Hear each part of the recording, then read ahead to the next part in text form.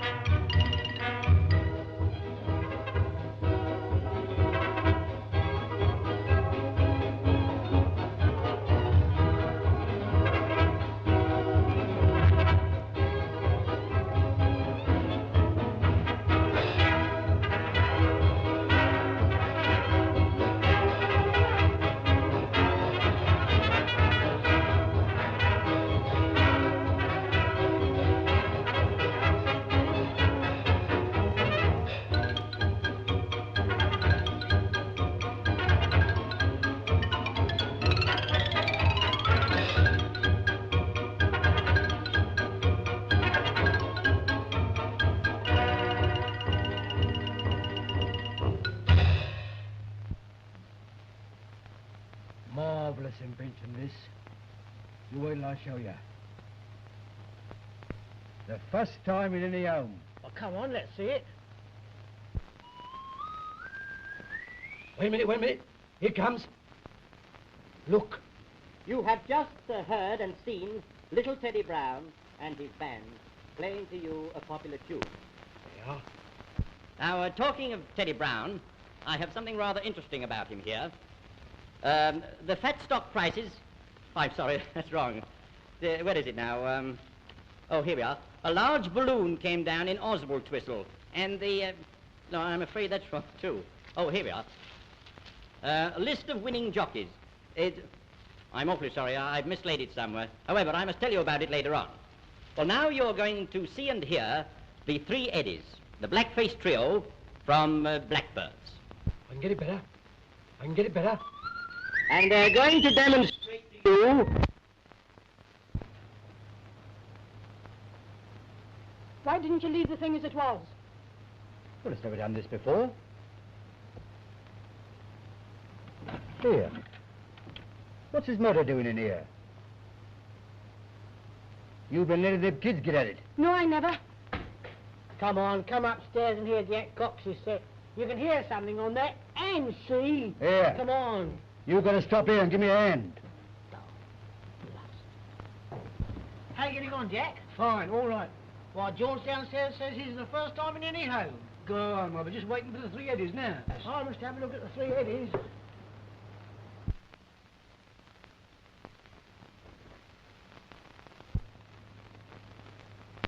Ladies and gentlemen, just before the three eddies, I wa...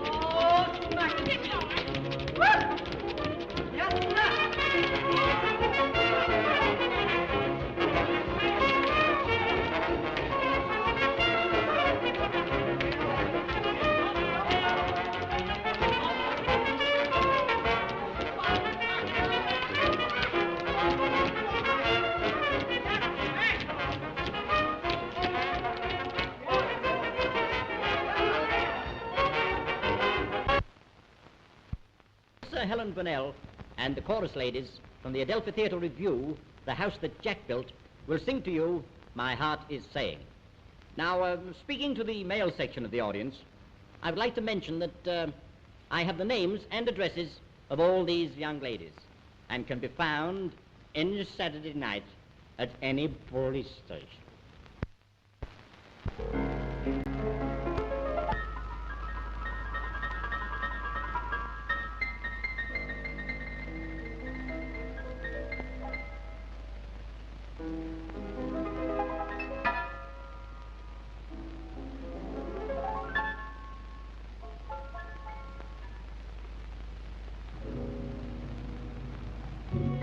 Long years ago, poet said, fools rush in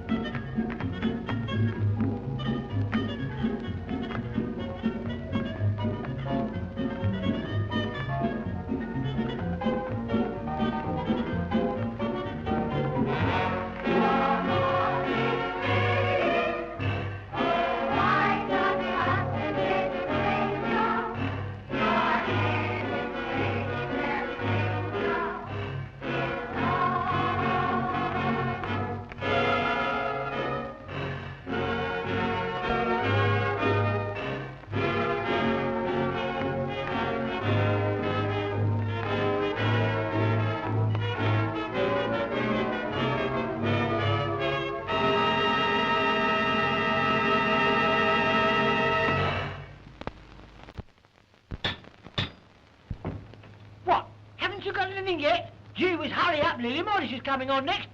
Look sharp, you'll be too late.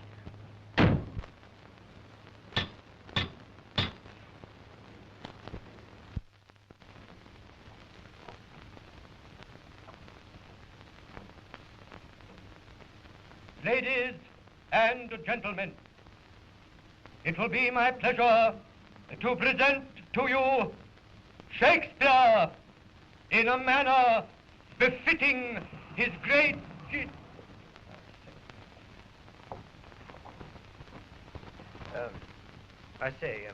ladies and gentlemen, I've a very difficult job here because the management...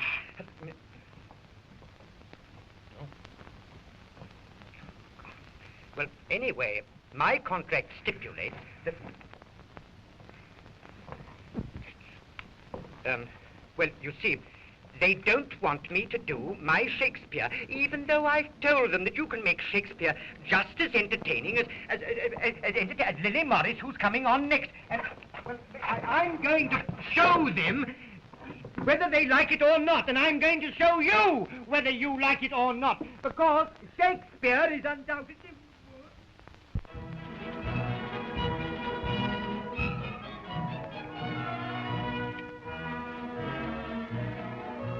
Why am I dressed in these beautiful clothes?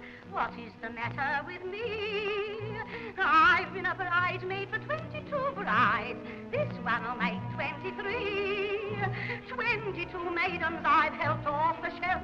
No doubt it seems a bit strange. Being the bridesmaid is no good to me, and I think I could do with a change. Why am I always the bridesmaid, never the blushing bride? Ding-dong, wedding bells only ring for other girls, but one fine day, oh, let it be soon, I shall wake up in the morning on my own honeymoon. 22 times I have been to the church, followed the bride up the aisle. 22 maidens have answered, I will, meaning I won't all the while. 22 couples I've seen go away, just him and her on their own. 22 times I have wished it was me, and gone back home to mother alone. Why I never the blushing bride. Ding-dong, wedding bells only ring for other girls, but one fine day, oh, let it be soon, I shall wake up in the morning on my own honeymoon.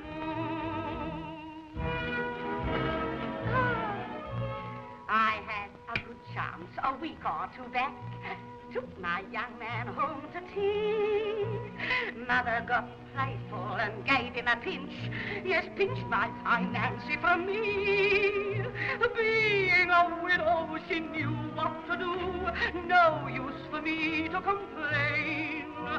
When they got married today, if you please, I was only the bridesmaid again. Why am I always the bride? I never the blushing bride. Ding-dong, wedding, only ring of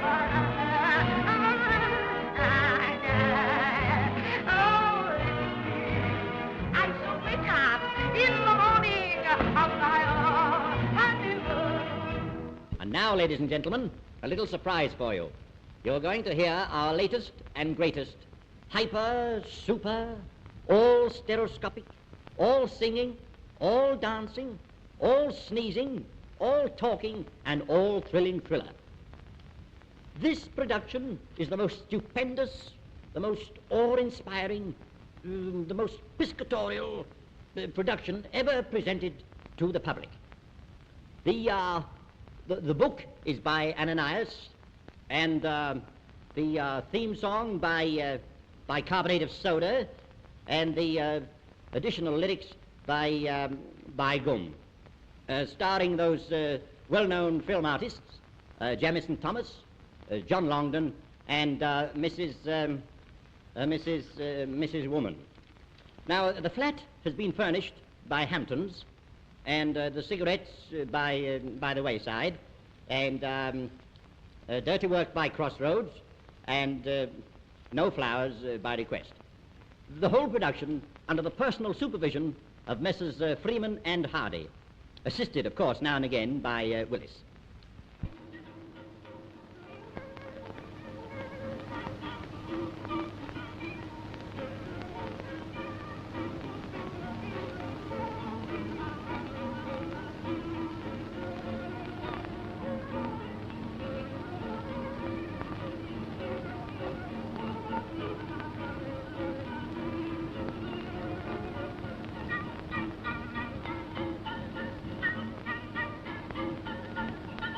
Why don't you make up your mind and let's get away?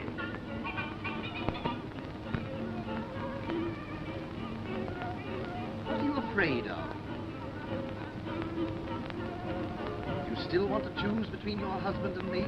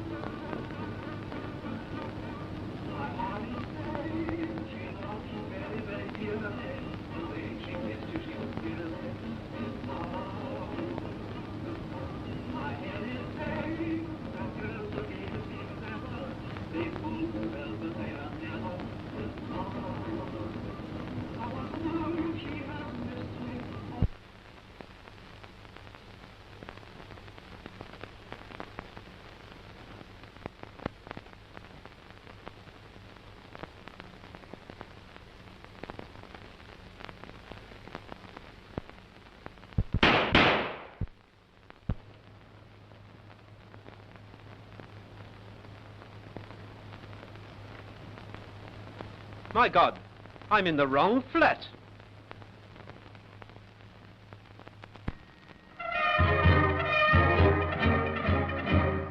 I'm a sergeant major, I'm a man of war. When I'm in a race, how I rest and roar. I can deal with soldiers and my company. Why, they go to hell for me. I'm the proudest man, work again, I can star on parade. And walk to see the way, I command and they obey.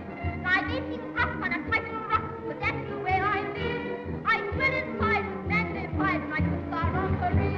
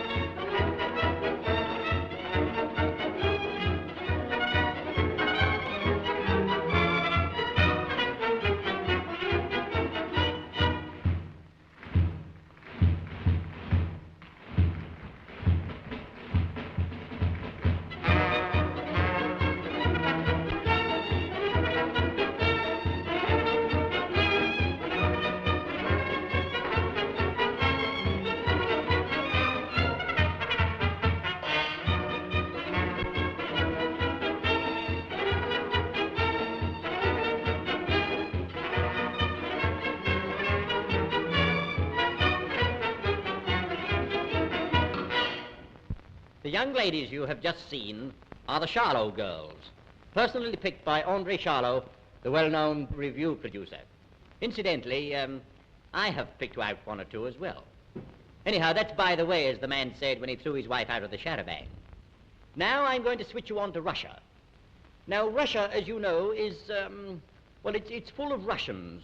And if you want to go there, you just take a tram to India, then take the first turning to the left, then fall over the precipice and go straight on, and behold, you are in Russia. Ah.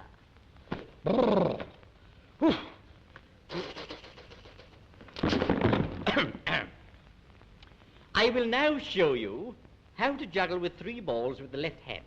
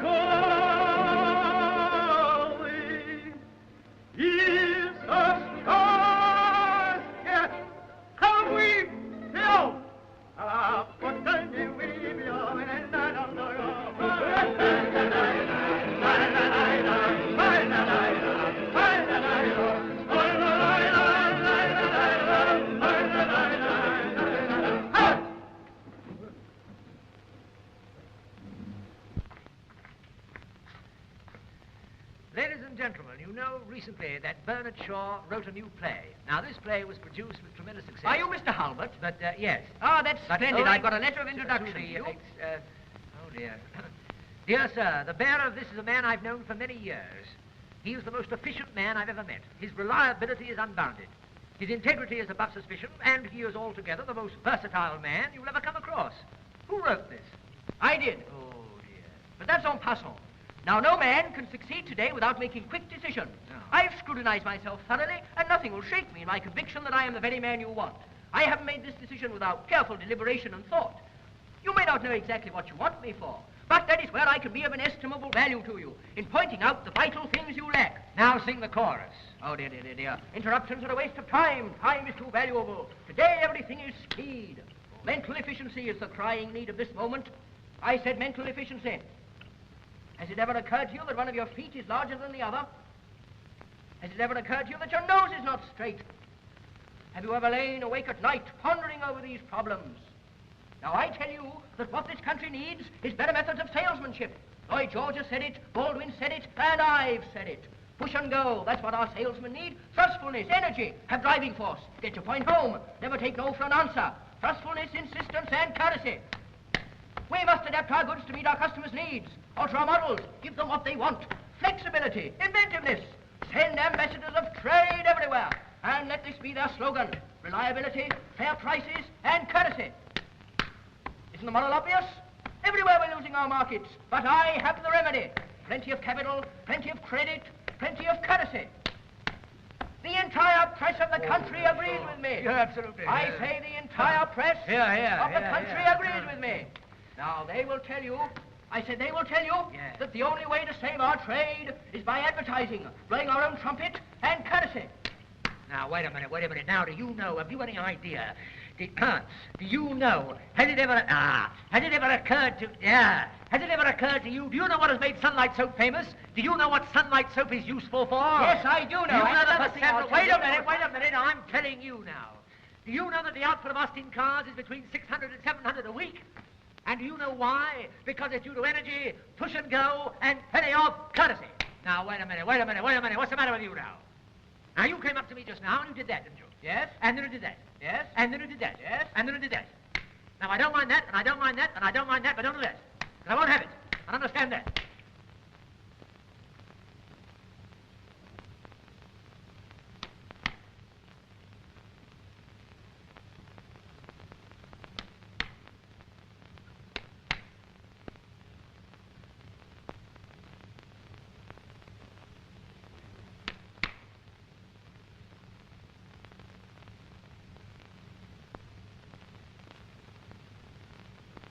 Now, look here, I say. Don't be a silly big boy. Don't be a silly big boy. You silly big boy.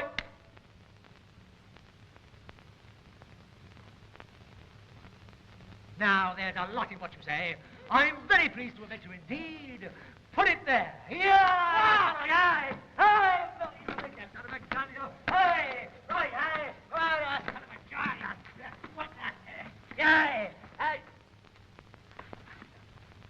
I cannot tell you how glad I am to have this unique opportunity of thanking you for your courtesy. Well, as Shakespeare says in Scene 2, Act 1 of Macbeth, what bloody man is that? We were very lucky the other day to catch Mr. Will Fife, the famous Scots comedian, just before he embarked to America. As a matter of fact, we found him on the quayside at 6 o'clock in the morning trying to get a workman's ticket. Anyhow, we rigged up our recording machines and cameras and persuaded Mr. Fife to give us a short lecture to the country at large on whether Scotch whiskey loses its flavour when taken in +4s. And now for a little Scotch. Talking of Will Fife,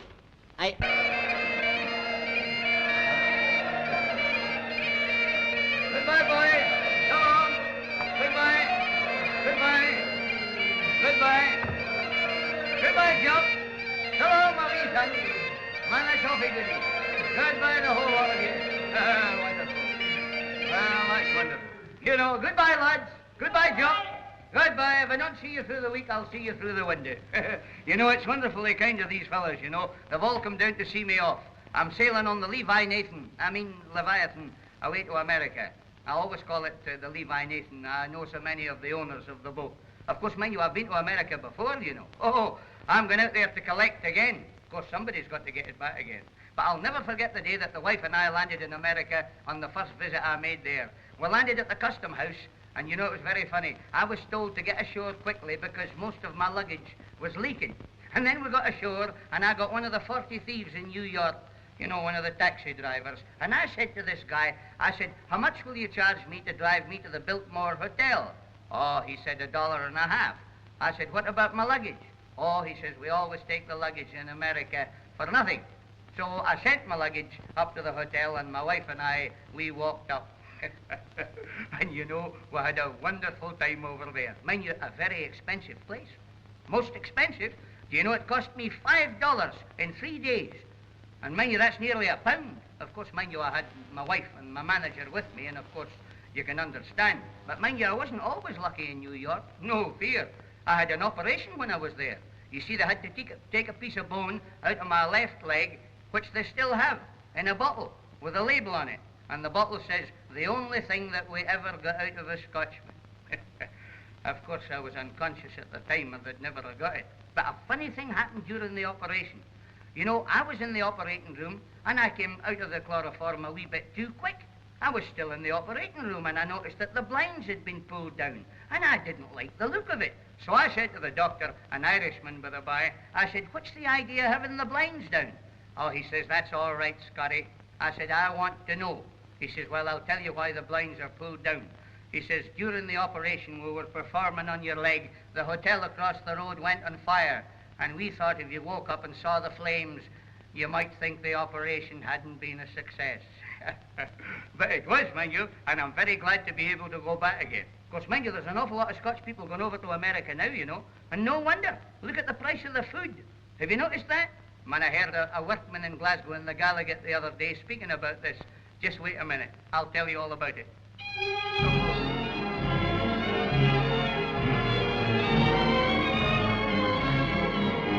It's really high time that something was done to alter the way that the country is run. They're not doing things in the way that they should. Just take, for instance, the price of the food. It's 12 and a tanner a bottle. Aye, that's what it's costing today. 12 and a tanner a bottle. Man, it takes all your pleasure away. Before you can get a wee drappy, you have to spend all that you've got. Ah, how can a fella be happy when happiness costs such a lot? Ah, it's terrible, you know. This is disgrace to Scotland. Now, I used to go out with some old friends of mine when whiskey was cheap and it went down like wine. No, I never meet them, I'm sorry to tell, for I chip round the corner and I drink by myself, since it's 12 and a tanner a bottle. Aye, that's what it's costing today. 12 and a tanner a bottle. Och, it takes all your pleasure away, and before you can get a wee drappy, you have to spend all that you've got. Ah, how can a fella be happy when happiness costs such a lot? I tell you, 12 and a tanner a bottle. That's what it's costing today. 12 and a tanner a bottle. Man, it takes all your pleasure away, and before you can get a wee drappy, you have to spend all that you've got. Ah, how can a fella be happy when happiness costs such a lot?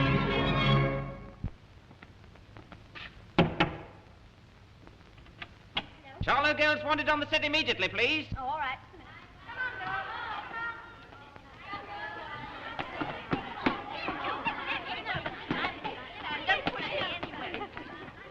Come on, girls, come on.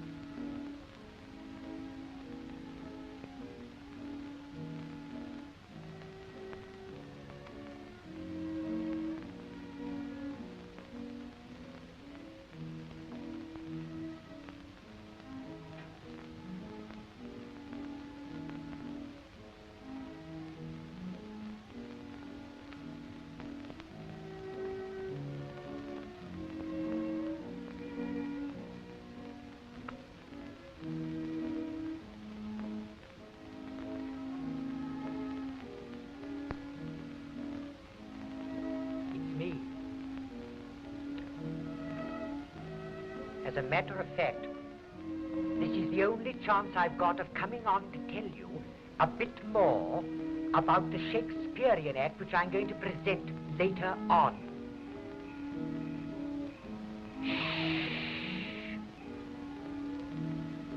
For as you know, Shakespeare is usually presented in a rather dull and uninteresting manner.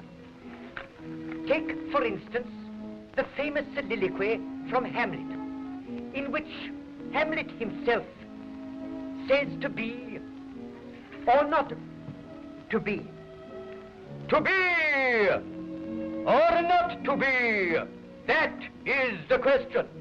Whether 'tis nobler in the mind to suffer the slings and arrows of an outrageous fortune, or to take arms against a sea of troubles, and by opposing end 1,000 ills the flesh is heir to.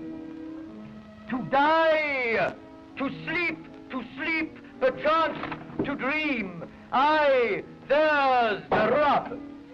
But when you see my version, which I am determined to present, in spite of the management, you will notice that in that version I give you romance,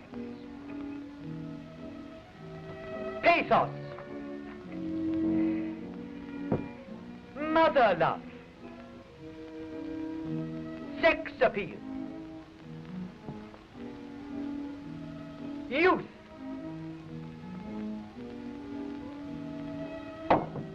drama, and above all, patriotism.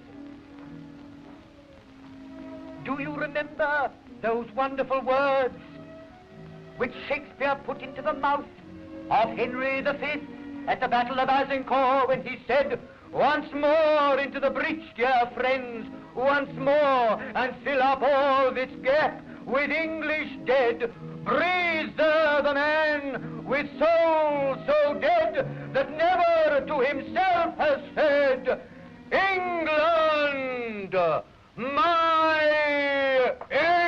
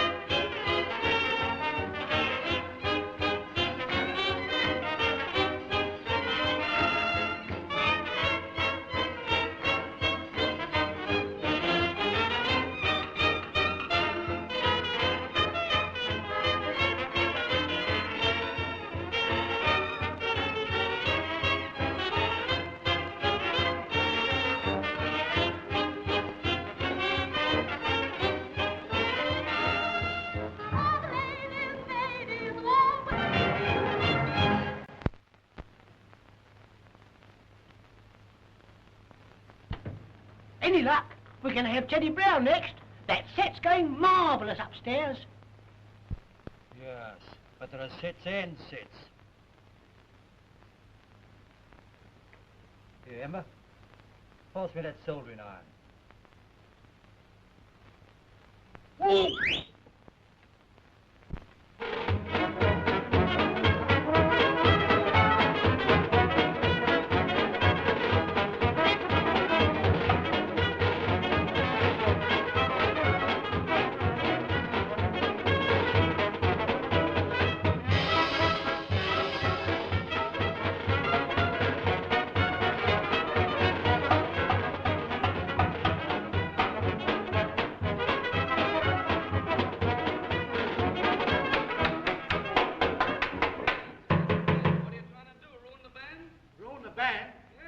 Well, can't I ruin the band if I want to?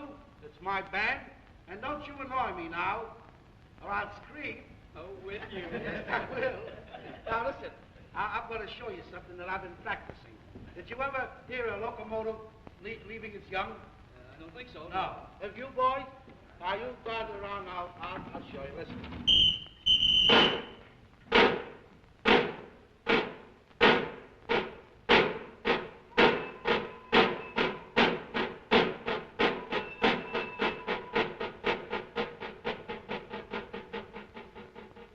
Just like it. Yes, it does. I know. I thought it up before. Yeah. Now, then, listen. Did you ever see a Hebrew parade? No. You didn't. Did you ever see a Hebrew parade? I got one on you. To the bank. To the bank. To the bank. To the bank. Funny, huh? And did you ever go along on a Sunday and hear something like this?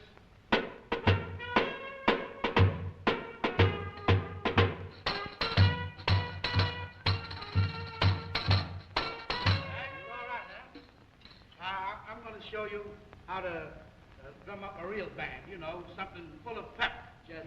Yeah, you know, jazz.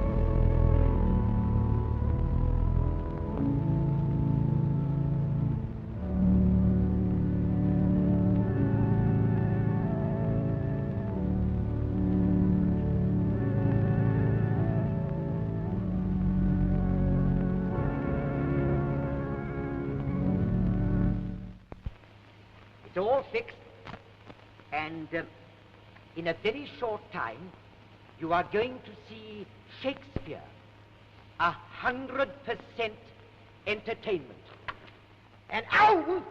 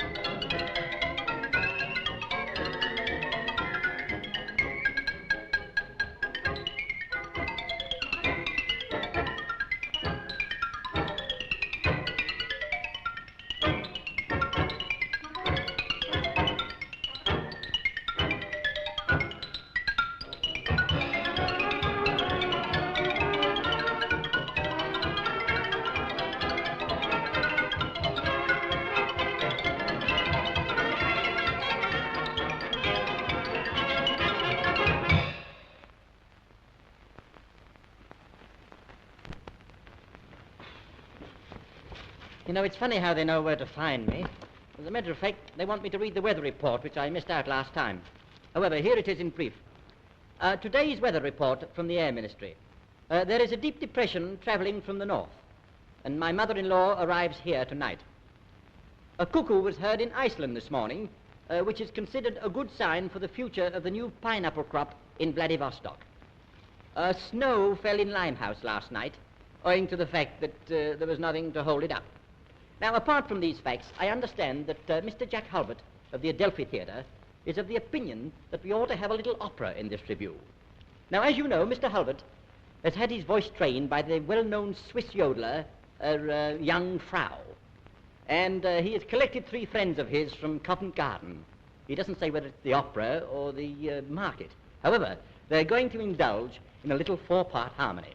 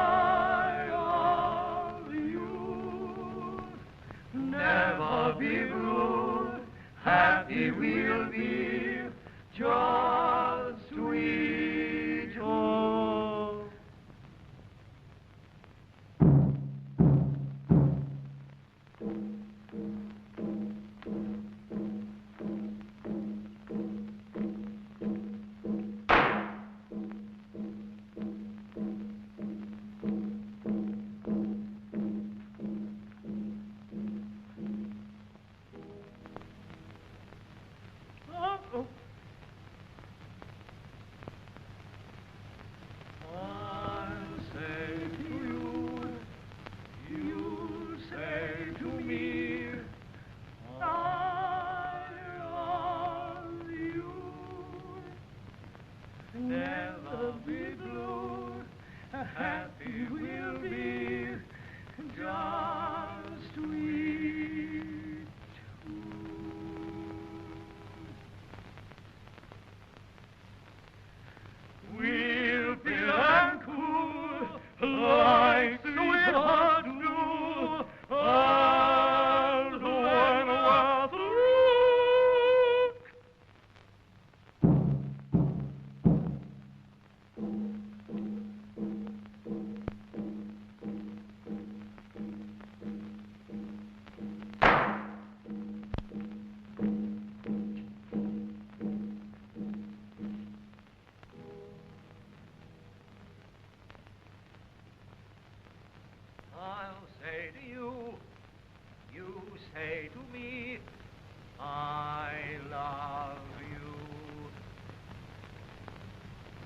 be blue, happy we'll be, just we. We'll bill and coo like sweethearts do, and when we're through.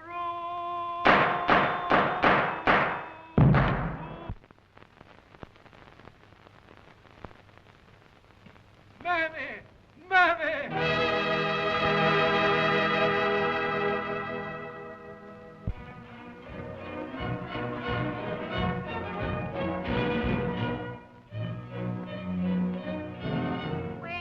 Up your Sunday morning papers, it's nearly always trouble that you read. Man and wife always having strife, for separation each of them will plead. Now if the woman only used a little bit of tact, with happiness they always would be blessed.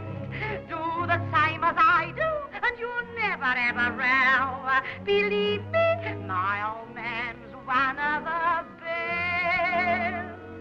I wake him every morning when the clock strikes 8. I'm always punctual, never, never late, with a nice cup of tea and a little round to toast. The sport in life and the winning post. I make him nice and cozy when I toddle off to work. I do the best I can, for I'm only doing what a woman should do, 'cause he's only a working man. That's all he is. At 6 o'clock when public house is open, like a hero he'll get out of bed and then off he'll go to the pub, you know, and mixes with his fellow working men. He lectures them on labour, says God bless the working man. By everyone my husband is admired, comes home and has his supper, then goes into bed again and falls right off to sleep, worn out and tired. I wake him every morning when the clock strikes 8. I'm always punctual, never, never late, with a nice cup of tea and a little round to toast. The sport in life and the winning post. I make him nice. Goodbye, Jack. Off to work. I do the best I can, for I'm only doing what a woman should do, 'cause he's only a working man. I make him every morning. Here's a nice cup of tea, a little round the hill, a sporting life. I make him nice and cozy, then I toddle off to work. I do the best I can, for I'm only doing what a woman should do, 'cause he's only a working man.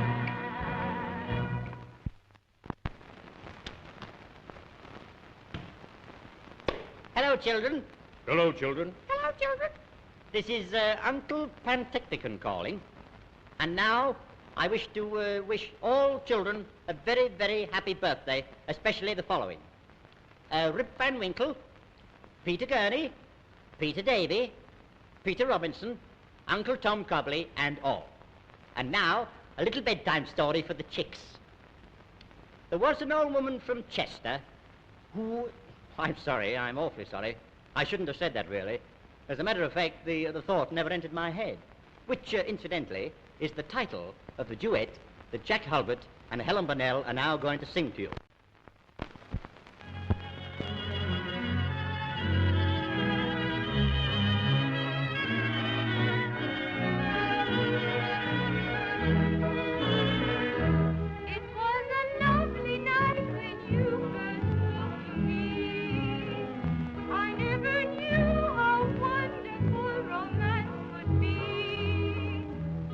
I never thought that such a miracle could be my lot. I cannot tell you what a pleasant thrill I got. Love at sight of such a night. Believe me, the thought never entered my head. Then you smiled and spoke to me. I thought I was dreaming. I seemed to be all at sea. Then you held me in your arms and kissed me. I'm with a start in our place. I knew that I loved you, that you could love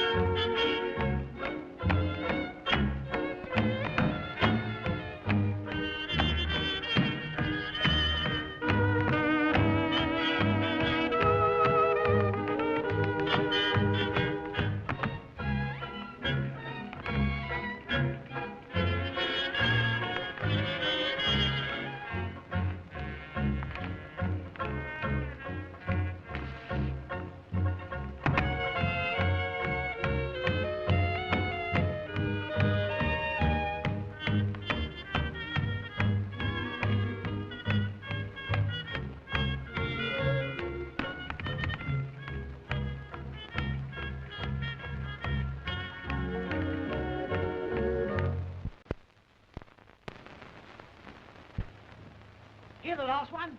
Beautiful. The three-head is next. Well, I'm going to get him soon. It's coming up lovely. It's coming. It's coming.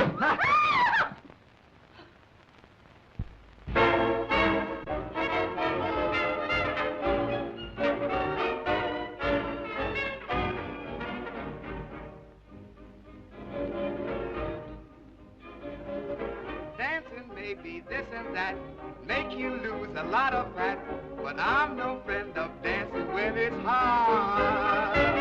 So if you are a dancing fool and love to dance but can't keep cool, bear in mind the ideas that I've got. When it gets too hot for comfort and you can't get ice cream cones, can't no sin, take off your skin and dance around in your bones. Feel the lazy syncopation of the music softly moans. Chain no sin, take off your skin and dance around in your bones. The polar bears are green up in Greenland, they've got the right idea. They're taking faith to repatriate while we all remain down here. Just like those bamboo babies in the South Sea tropic zones. Chain no sin, take off your skin and dance around in your bones.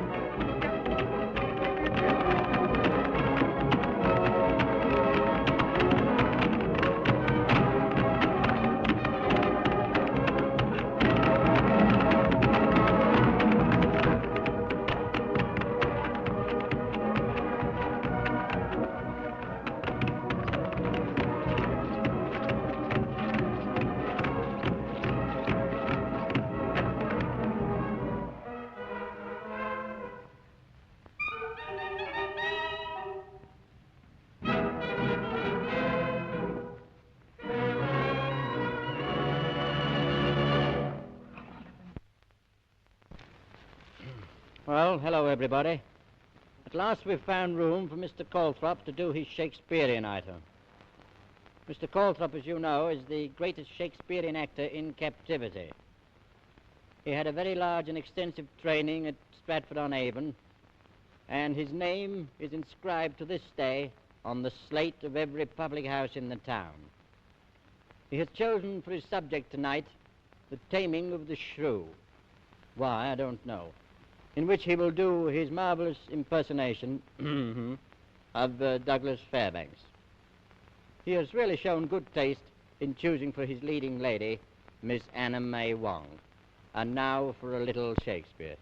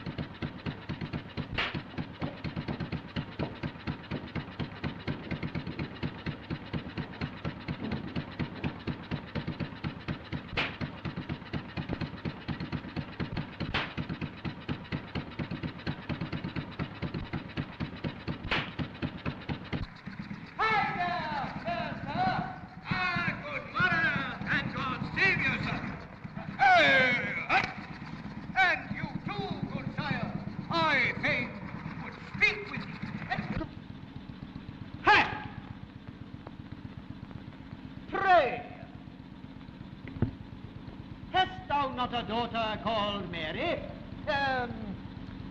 I mean, Catherine? I have, and have need to pray. Gaze upon me, then, and go tell her Doug has come to woo her. My daughter is yonder. Well mayst thou woo, and happy be thy speed.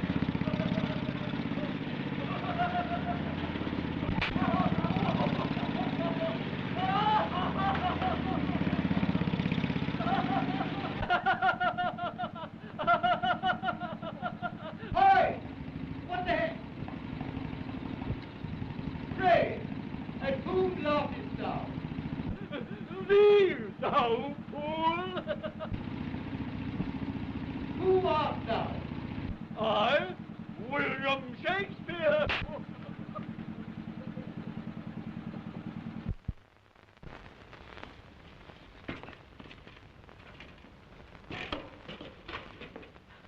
Excuse me dashing in like this, folks, but I've a very urgent message for you. Will Tom Jones, who ran away from his wife and 2-month-old baby in Australia 22 years ago, return at once, when the said baby will knock his block off. Anyway, let this be a lesson to you all, and don't be persuaded too much by the excellent way in which Miss Cicely Courtnidge will sing to you, I'm Falling in Love.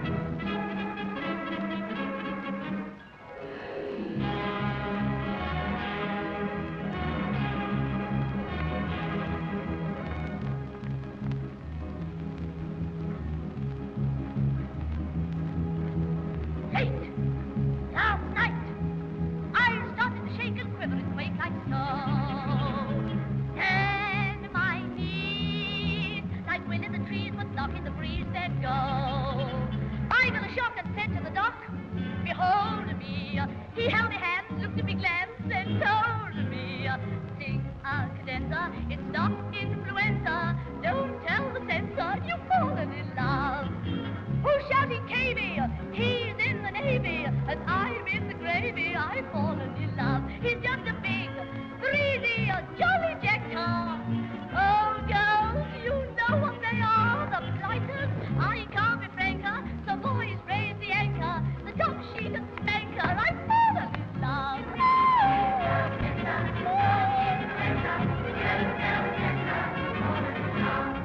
He is so funny, he won't call me honey, he just takes me money. I've fallen in love.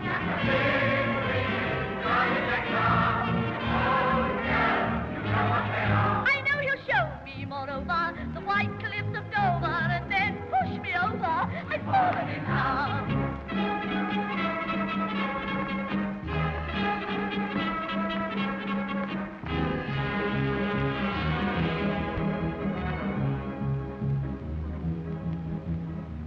That's not all. I murmured I think I'll skate on a rink today. Did I fall? I'll tell you the worst. I fell on the 1st of May. Singing one more Excelsior. I laid there, fell to the ice, came up twice, and stay there. Sing a cadenza, it's not influenza. I feel in the Spencer, I've fallen in love. I'll tell the nation, I need embrocation and hot fomentation. I've fallen in love. But when my feet stutter, I'm a temporal. Oh, I fall down and go boom. I know the ice was so freezing. We both started sneezing. I said, touch him easy, and I've fallen in love.